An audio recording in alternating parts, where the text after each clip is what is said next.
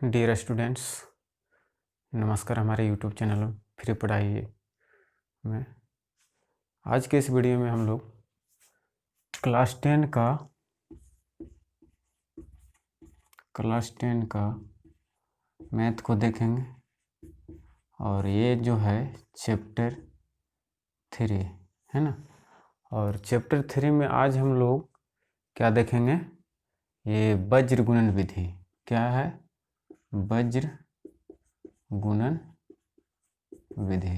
ठीक है, तो आज के इस वीडियो में हम देख चुके हैं, मतलब लिख के रखे हैं, ठीक है, कि ये सब कुछ बेसिक जानकारी है जो हम लोग को इस विधि में ज़रूरत पड़ेगा। ठीक है, तो समीकरण को हल करने के लिए, यानी दो चर वाले रैखिक समीकरण को हल करने के लिए वज्र गुणन विधि का प्रयोग करेंगे, है ना। और उस विधि का कुछ हम यहाँ उसका बेसिक जानकारी को लिख रखे हैं। तो सबसे पहले देखेंगे कि ये जो दिया है, इस प्रकार से समीकरण को हम लोग पहचानेंगे। दो समीकरण दिया रहेगा, है ना, जिसमें से हम पिछले वीडियो में बता चुके हैं, है ना, दो चर वाले रैखिक समीकरण के बारे में बता दिए हैं। ठीक है, तो आगे यहाँ पर हम लोग देखेंगे, ये समझेंगे और ये भी समझेंगे, ये पूरा इसका फॉर्मूला समझेंगे। ठीक है, उसके बाद ये भी एक फॉर्मूला ही है, एक्स और वाई का वैल्यू डायरेक्ट निकालने के लिए, यानी वज्र गुणन विधि का ही ये एक फॉर्मूला ही है। और कुछ शर्तें हैं जो हम लोग को याद रखना है। ये 3 ठो ऐसा शर्त है जिसको याद रखना है। ये पिछले वीडियो में भी हम लोग बताए हैं। ठीक है, ये चैप्टर 3 जिस समय स्टार्ट हो रहा था उस समय ये तीनों कंडीशन को हम बता चुके हैं। ठीक है, तो चलिए स्टार्ट करते हैं। क्या है, इस प्रकार रहेगा समीकरण। ठीक है, तो क्या करेंगे, सबसे पहले एक्स वाई को और 1 को हम लोग लिख लेंगे। ठीक है, एक्स वाई और 1 को लिख दिए। ठीक है, इस समीकरण को लाने के लिए। ठीक, तो सबसे पहले यहाँ पर इसमें देखना है कि इसको ढक देते हैं। ठीक है, ये ढक देते हैं तो क्या होता है, सॉरी, ये ढक दिए तो यहाँ से पहले गुना करना है, बी इसके साथ गुना करना है और इसके साथ, हुआ है ना, B2 C1 B1 C2। ठीक है, और फिर से इसको हम इसको ढक देंगे तो यहाँ से होगा, यानी C1 A2 C1 A2 और C2 A1, है ना, C2 A1।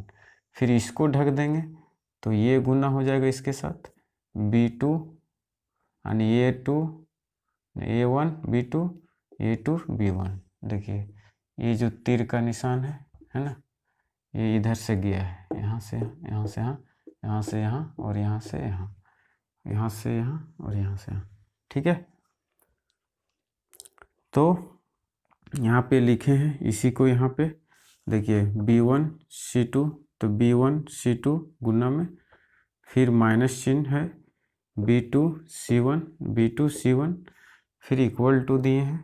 ठीक है, फिर y बटा फिर C1 A2 C1 A2 और C2 A1 C2 A1। ठीक है, समझ में आ रहा है। फिर बराबर A1 B2 A1 B2 A2 B1 A2 B1। ठीक है, तो ये हम लोग का जो है ये क्या है, फॉर्मूला है। ठीक है, ये हम लोग का सूत्र कह सकते हैं इसको। ठीक है, ये हम लोग का फॉर्मूला है, इसी से हम लोग आगे वज्र गुणन हल करेंगे। ठीक है, और कुछ यहाँ पर भी है, ये डायरेक्ट हम इस पे बैठा देते हैं तो x का वैल्यू निकल जाएगा, और y का वैल्यू निकालने के लिए इस पर बैठा देंगे तो डायरेक्ट निकल जाएगा। ये नहीं करते तो इस पर भी करके हम लोग निकाल सकते हैं। ठीक है, अब कुछ शर्त है जो आगे हम लोग को एक्सरसाइज में मिलेगा। ठीक है, कहता है कि जब A1 बटा A2 not equal to B1 बटा B2 है तो समीकरण अद्वितीय हल होगा। ठीक है, ये तो पहले भी बताए हैं। ठीक, और दूसरा में कि जब A1 बटा A2 बराबर B1 बटा B2 बराबर C1 बटा C2 हैं तो युग्म के अपरिमित रूप से अनेक हल होते हैं। ठीक है, ये सभी बराबर रहे तो अपरिमित रूप से अनेक हल होगा।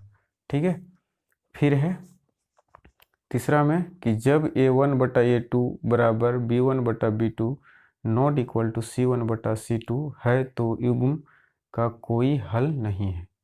ठीक है, तो इस प्रकार से इतना याद रखना है, ये बेसिक जानकारी है। ठीक है, और ये फॉर्मूला को याद रखना है, यहीं से डायरेक्ट गुना कर सकते हैं आप लोग। ठीक है, तो चलिए क्वेश्चन को देखते हैं। ठीक है, तो क्वेश्चन प्रश्नावली 3.5 को देखेंगे। प्रश्नावली 3.5 को हम लोग आज हल करेंगे।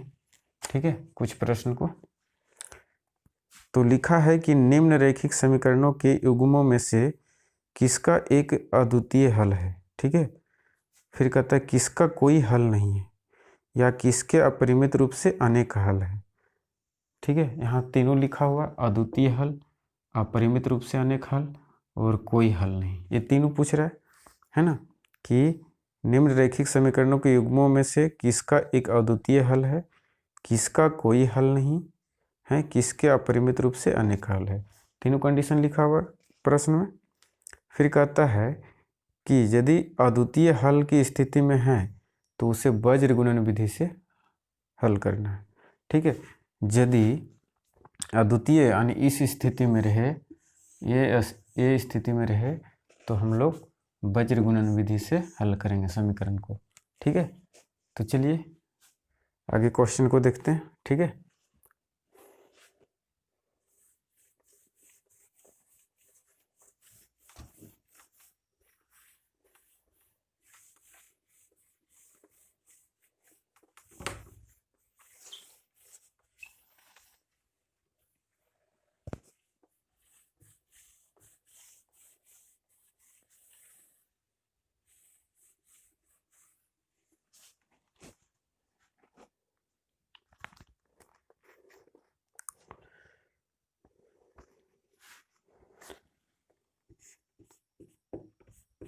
तो पहला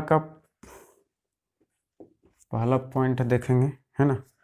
लिखा है x माइनस 3y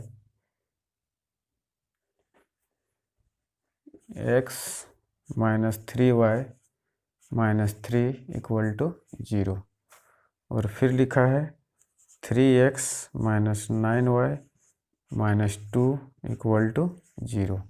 ठीक है, तो इसको हम लोग पहले एक्स वाई में क्या करेंगे, यानी a1 और a2 और c1 यानी सभी को हम लोग निकाल लेते हैं।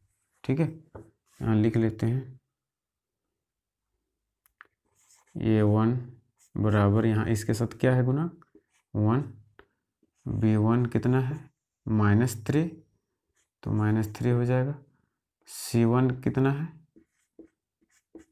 -3। ठीक है, अब a2, यहाँ a2 है तो a2 कितना है 3, यानी a2 के जगह में जो बैठा है ना, b2 के जगह में क्या बैठा है -9, c2 के जगह में क्या बैठा है -2। ठीक है, इतना समझ में आ गया।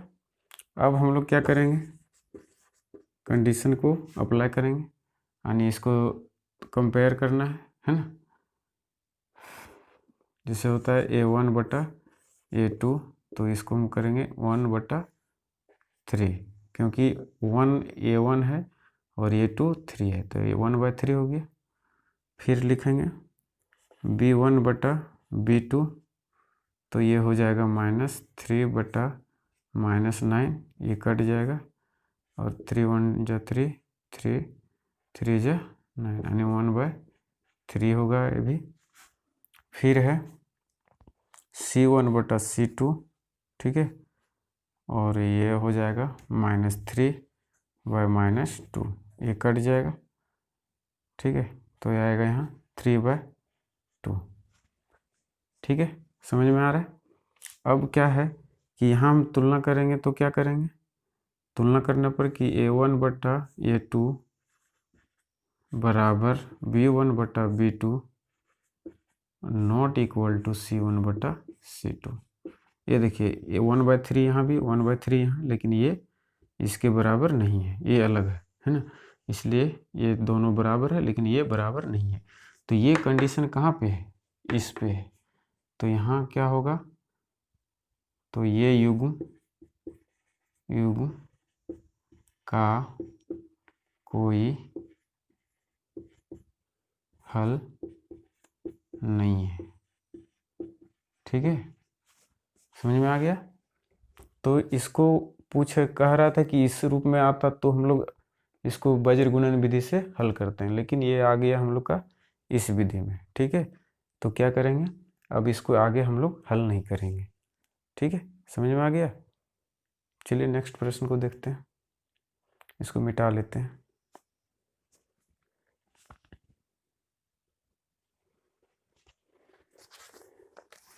अगला दूसरा प्रश्न है। ठीक है, दूसरा प्रश्न हम लोग देखेंगे क्या लिखा है। 2x + y = 5। ठीक है, तो इसको हम इधर करके लिख देते हैं डायरेक्ट, माइनस आ जाएगा इधर, तो बराबर इधर 0 बचेगा। ठीक है, इस समीकरण 1 हो जाएगा। और ये 3x और +2y बराबर 8 उधर है, तो इधर ले आएंगे माइनस में, बराबर इधर 0 बचेगा। ठीक है, इसको भी हम लोग छाट लेते हैं। ठीक है, कि a1 बराबर कितना है, 2 है। इसके a1 के जगह में 2 बैठा है, b1 के जगह में कुछ नहीं है तो 1 है ना। c1 के जगह में -5 है, तो -5 लिखेंगे। और ये 2 के जगह में जो है 3 बैठा हुआ है, तो 3 लिखेंगे। ठीक है, और b2 के जगह में क्या है, +2 है। ठीक है, और c2 के जगह में क्या है, -8। ठीक है, अब इसको अनुपात में निकाल लेते हैं। a1/a2 तो हो जाएगा 2/3। फिर हो जाएगा b1/b2 तो ये हो जाएगा 1/2। ठीक है, और c1/c2 निकालेंगे तो हो जाएगा -5/-8। तो ये माइनस माइनस कटा, तो यहाँ बचा 5/8। ठीक है, तो ये जो है समीकरण युग्म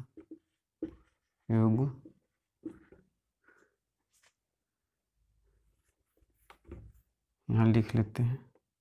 a1/a2 यानी तुलना करने पर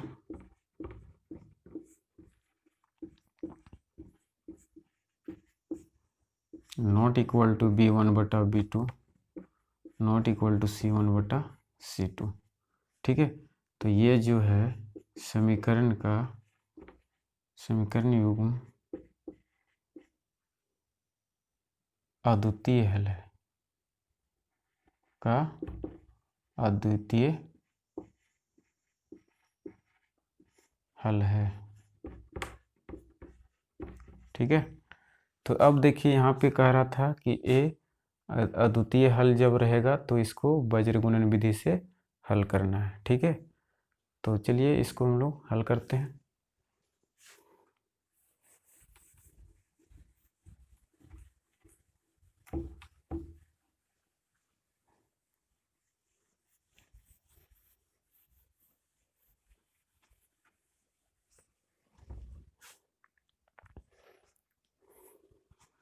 तो सीधा हम लोग लिखेंगे ये फॉर्मूला।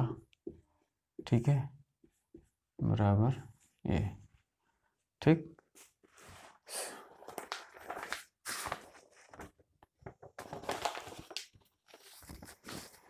तो फॉर्मूला जो है वो लिख लेंगे हम लोग। b1/b1 c2 - b2 c1, यहाँ है c1a2 -c2a1। ठीक है, और यहाँ पे है a1b1 यानी b2 -a2b1। ठीक है, ये हम फॉर्मूला लिख दिए। ठीक है, तो फॉर्मूला लिखें तो अब इस पर हम लोग बैठा देंगे। तो क्या होगा, ये B1 कितना है 1, तो 1 यहाँ लिखेंगे, गुना का चिन्ह। C2 कितना है -8, तो -8 लिखेंगे, और माइनस यहाँ है। B2 कितना है, तो B2 2 है, 2 लिखें। और C1 कितना है, तो -5 है ना। फिर अगला Y, C1 कितना है -5, तो -5 लिखेंगे, गुना का चिन्ह। A2 कितना है, तो A2 कितना है 3, तो 3 लिखेंगे। फिर C2 कितना है -8, तो -8 लिखेंगे, ठीक है, गुना का चिन्ह। फिर A1 कितना है, तो A1 यहाँ देखिए 2 है, ठीक है, तो 2 लिखेंगे, बराबर 1 A1 कितना है, तो A1 2 है, तो 2 लिख देंगे यहाँ पे, गुना B2 कितना है, B2 भी 2 है, ठीक है, तो 2 लिखें। और माइनस में A2 कितना है, तो A2 3 है, ठीक है, और B1 कितना है 1, तो 1 लिखेंगे, ठीक है। अब इसको मल्टीप्लाई कर देंगे, तो यह ए होगा 8 1 जा 8 यानी -8, और ये हो जाएगा 5 दूना 10 यानी माइनस माइनस प्लस हो जाएगा 10, ठीक है। यहाँ y लिखें, ये 5 तिया 15, ये माइनस है तो माइनस रहेगा, और ये माइनस माइनस प्लस हो जाएगा, 8 दूना 16 इक्वल टू 1 ये कितना हो जाएगा 2 दूना 4 -3 1 3, ठीक है। अब यहाँ पे इसको घटा देंगे तो कितना बचेगा 2 बचेगा, और बराबर y, ये भी घटेगा तो कितना बचेगा 1, बराबर यहाँ पर भी 1 बचा, ठीक है। अब क्या करेंगे कि एक बार इसके साथ और एक बार इसके साथ इक्वल करेंगे, ठीक है। तो क्या होगा x/2 बराबर 1/1, यानी x/2 बराबर 1/1, ठीक है। तो ये क्रॉस मल्टीप्लिकेशन करेंगे, 2 1 2, x 1 x यानी x 1 x और 2 1 2, ये हम लोग का आंसर आ गया, ठीक है। फिर उसी तरह इतना बराबर इतना करेंगे, y/1 बराबर 1/1, तो ये ऐसे क्रॉस गुना होगा, तो y कहीं y और 1 कहीं 1, तो ये भी क्या आया हम लोग का आंसर, ठीक है। तो इस तरह से हम लोग वज्रगुणन विधि से समीकरण को हल करते हैं, ठीक है। समझ में आ गया। अगर डिफ़िकल्ट लगता है तो कोई प्रॉब्लम नहीं, यदि एग्ज़ाम में पूछा जाए तो यहाँ ये नहीं कहता है कि कौन सा विधि से हल करें, ठीक है। वहाँ पर डायरेक्ट आपको जो विधि 3 विधि हम लोग बताएं, कि एक बताएं प्रतिस्थापन विधि, और एक बताएं विलोपन विधि, और एक अबर वज्रगुणन विधि, ये तीनों विधि से समीकरण को हल किया जाता है, ठीक है। तो आपको जो विधि अच्छा लगे उसी विधि से हल करना है, सबका वैल्यू समान आएगा, ठीक है। तो चलिए नेक्स्ट प्रश्न को देखते हैं हम लोग, ठीक है। इसको मिटा लेते हैं।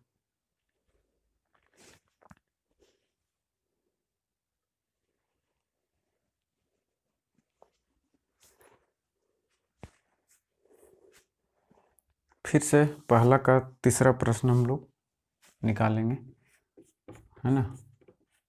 तीसरा प्रश्न, तीसरा में है 3x - 5y, और 20 उधर है तो इधर ले आएंगे, बराबर इधर 0 लिख देंगे, ठीक है। ये समीकरण 1 लिखेंगे। फिर है 6x - 10y, इधर 40 उधर है तो इधर ले आएंगे, तो माइनस में हो जाएगा, बराबर 0, समीकरण 2, ठीक है। फिर से उसी तरह छाट लेते हैं इसको, ठीक है। तो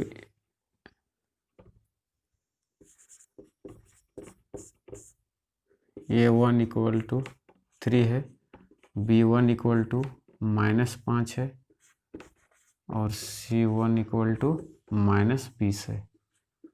ठीक है, फिर A2 इक्वल टू 6 है, B2 इक्वल टू -10 है तो -10 लिखेंगे और C2 इक्वल टू -40 है तो -40 लिखेंगे। ठीक है,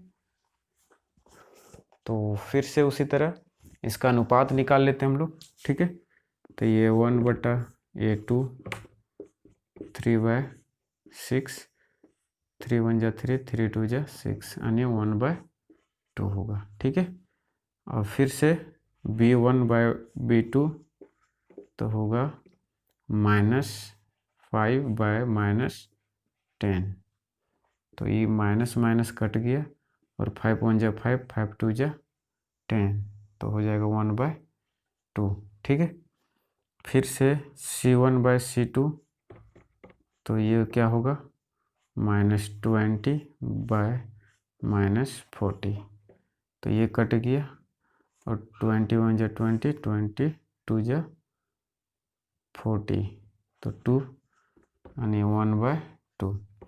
अब यहाँ पर क्या हुआ कि तीनों इक्वल आ गया। ठीक है, तीनों इक्वल आ गया तो क्या करेंगे हम लोग, यहाँ लिख देंगे, तुलना करेंगे कि A1/A2 बराबर B1/B2 बराबर C1/C2। ये क्या है, समीकरण का अपरिमित रूप से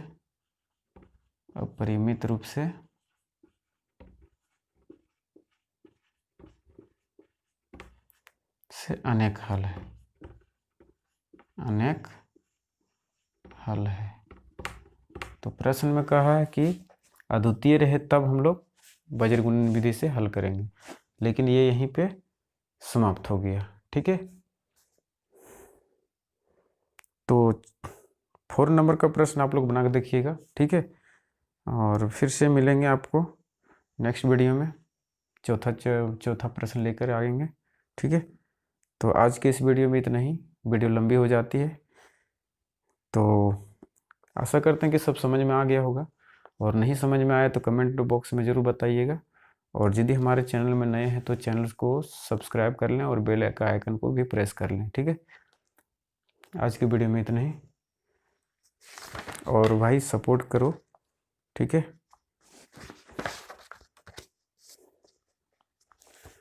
आज के वीडियो में इतना ही।